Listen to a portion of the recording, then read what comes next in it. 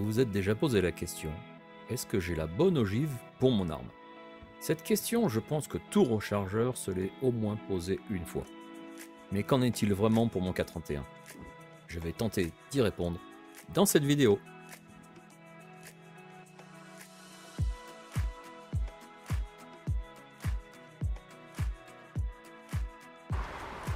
Salut à tous et bienvenue dans une nouvelle vidéo Magnum 44.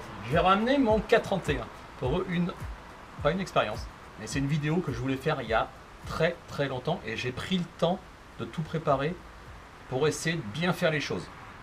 Lorsque j'ai acquis ce K31, je me suis renseigné un petit peu partout.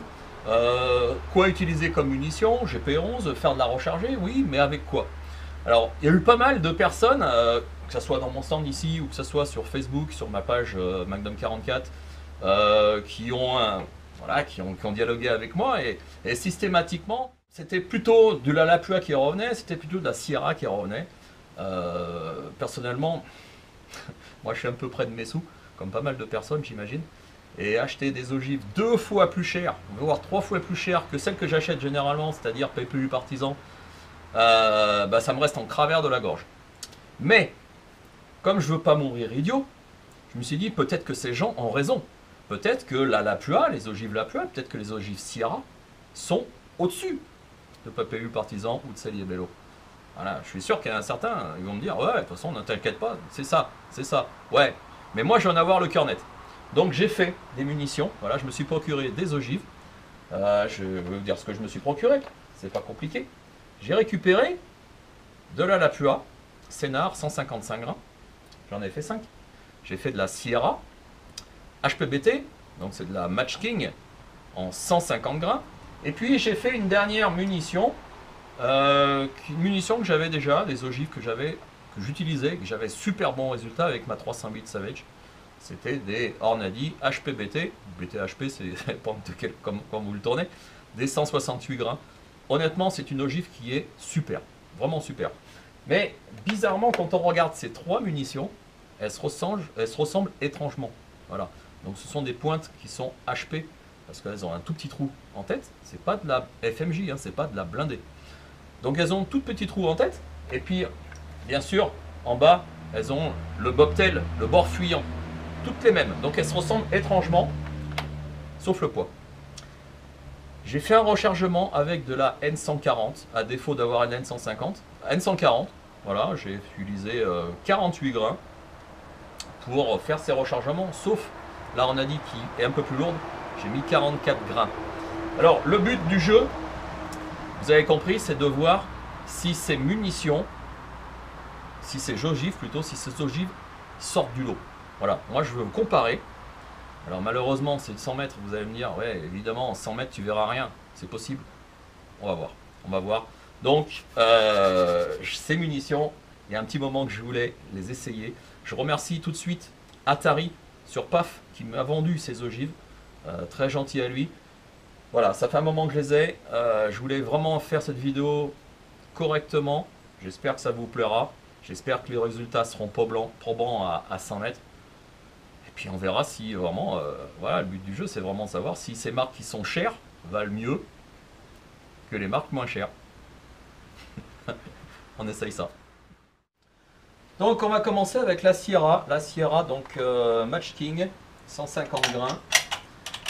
Donc la poudre c'est de la N140 chez Vitavori. Je vais tirer donc à 100 mètres sur une cible C50. Et on va voir ce que ça dit. Je vise plein centre à chaque fois. Le but c'est vraiment pas voir s'il y a si je fais du 10, hein. C'est vraiment voir comment va être le groupement. Qu'il soit en haut, en bas, en haut, en bas, à droite, enfin je m'en fous, moi ce que je veux voir c'est le groupement. Je n'ai pas fait d'escalier sur ces munitions, hein, c'est un bas de tableau. Donc j'espère au moins qu'elles seront dans la cible. Et on va voir ça. Je vais essayer de tirer tranquillement.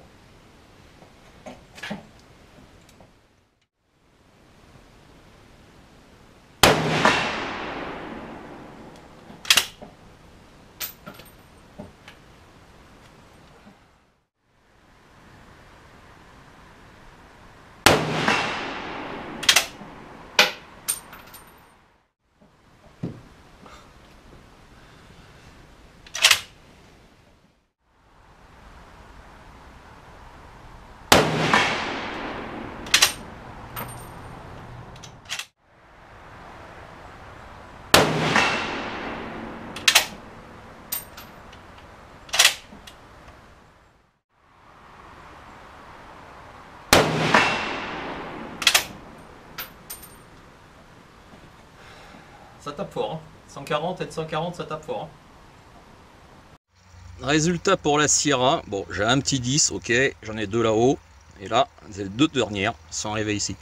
Peut-être que le canon a commencé à un peu chauffer, ou s'est mis un petit peu en température, mais bah, c'est pas terrible. Hein. Bon, bah, je continue avec les Lapua. Voilà, moi je suis un peu déçu, hein. Franchement, honnêtement, je m'y attendais un peu, de toute manière. Alors peut-être qu'il y en a certains qui me diront tu tires trop vite.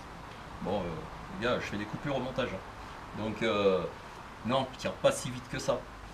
J'essaye de prendre mon temps. Allez, Lapua Sénart 155 grains.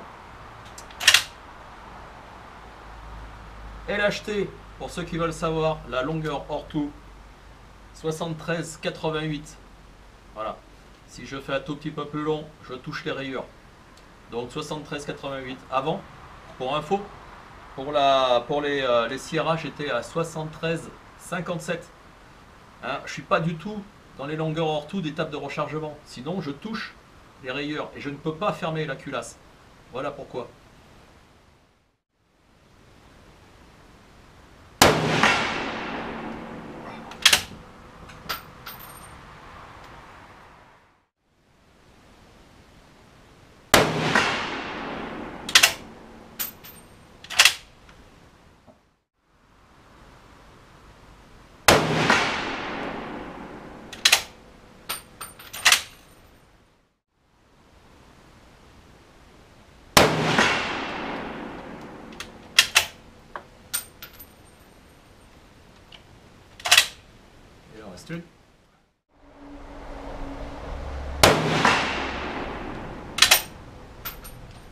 Voilà. Résultat pour les Lapua. Franchement, je sais pas. On va voir. Allez, Lapua, un peu décevant. Alors j'en ai deux ici. 3, 4, 5. Je suis déçu. Hein. Franchement, je suis déçu. Mais pas étonné. Vous voyez, le but de cette vidéo, c'est pas de me moquer des gens, c'est pas de me moquer des personnes qui me disent prends cher, prends de la Lapua, prends de la Sierra, prends ce qui est mieux face à de la PPU, face à de la Cellier Bello. Clairement, on est à 100 mètres. Imaginez ce que ça donne à 200, voire plus. Non, mais c'est affreux. Et pourtant, c'est un excellent fusil, un excellent canon. J'obtiens de super résultats lorsque je suis bon. Avec, ordinairement, avec de la 145 grains partisan. Voilà, donc je suis même pas étonné de ces résultats. Je suis pas étonné. Et pourtant, je m'applique, croyez-moi, je m'applique à tirer. Je vois bien les organes de visée, c'est pas mal. Aujourd'hui, c'est bien. Je suis dans de bonnes conditions. Mais la preuve est là, quoi. Alors, oui, il y en a peut-être qui vont me dire t'es pas dans les meilleures conditions. Comment dire t'as pas fait d'escalier. Ouais, évidemment, j'ai pas fait d'escalier, mais là, en partant d'une base, quand même, on devrait voir un certain groupement. Ça tape fort déjà là, ça tape fort hein, pour la N140. Généralement je suis à 48 grains, je suis à peu près pareil avec la N150 et je suis en haut de tableau, quasiment en haut de tableau. À chaque fois de toute façon quand je fais un rechargement voilà, où j'ai des bons résultats, je suis souvent, mais très souvent en haut de tableau. Voilà. On va continuer avec la Hornady. Moi je m'attends pas à grand chose. Alors par contre la Hornady c'est de la 168 grains. Là, l'ogive, elle est vraiment plus enfoncée que d'habitude. Voilà, j'espère que ça va pas faire de dégâts. C'est pas que j'angoisse un petit peu, mais voilà, j'ai quand même une certaine appréhension. Je me suis dit, est-ce que je vais faire des munitions quand même avec de la 168 grains? Alors, lorsque vous regardez l'étape de rechargement, par exemple dans le Garban, vous trouvez 168 grains pour faire du 7,5 55 suisse. Mais si vous respectez, c'est là le problème, c'est que vous respectez les longueurs hors tout, ben moi je ne peux pas fermer la culasse. Qu'est-ce qu'il faut en déduire? Il y a un truc qui ne va pas. Je ne comprends pas. Est-ce que c'est lié à mon arme? Est-ce que c'est lié à l'ogive? Moi, je pense qu'il y a un problème quelque part. Voilà. Cette arme, elle a été étudiée pour utiliser la munition GP11. La GP11 a une ogive qui, au sortir du culot, enfin du culot, quoi, hein, au sortir de là, est tout de suite en 306 de mémoire, si je ne me trompe pas. Voilà, donc ça permet, elle est vraiment effilée, donc ça permet de vraiment rentrer dans le canon. Le problème, c'est qu'avec des ogives telles qu'on a pour l'instant, hein, le genre d'ogive comme ça, elles sont tout de suite droites et après elles piquent. Vous voyez? Donc elles restent en 308 longtemps. Et elles sortent du culot, voilà, du bord du collet, elles sortent à 308 et restent en 308, ce que fait pas la GP11. Donc on est obligé, si on ne veut pas toucher les rayures, de rentrer l'ogive. Enfin, en tout cas, c'est mon cas. Voilà. Peut-être sur une autre arme, genre, je sais pas moi, les K11, les G96, les autres armes suisses qui utilisent du 7,5 55 suisse, c'est peut-être différent. Mais moi, sur mon K31, je ne peux pas faire autrement. Voilà. Donc, c'est compliqué. Voilà, c'est compliqué. C'est intéressant, mais on ne peut pas utiliser n'importe quelle ogive. Voilà. Donc c'est pour ça qu'il y en a beaucoup qui me disent, prendre la 150 grains Sierra, prendre la Lapua en 155, ça va très bien. De mémoire, je crois que la GP11 fait 167 grains de mémoire. Dites-le moi dans les commentaires si je me trompe. De toute façon, je vais le marquer là. Je vais le marquer réellement. Voilà, on est obligé de changer l'ogive et de trouver la bonne ogive. Et c'est pas facile, croyez-moi. Allez, 168 grains, Ornadi, et je suis avec de la 44 grains de N140. Et j'espère que ça ne va pas exploser. Ah, j'ai fermé les yeux. Eh ouais. On a peur de faire des bêtises à chaque fois, mais bon, ça marche. Et là, je suis haut. À moins que ça soit un éclat dans le... que ça soit un éclat dans la cible. Mais je suis très très haut. Ou alors, c'est parce que j'ai mal tiré tellement j'avais peur.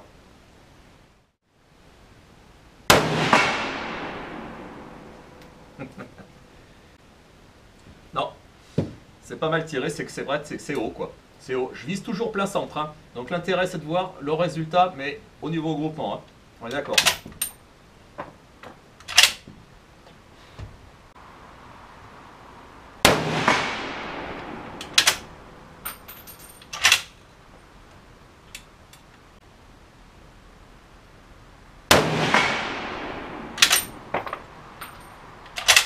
Et la dernière.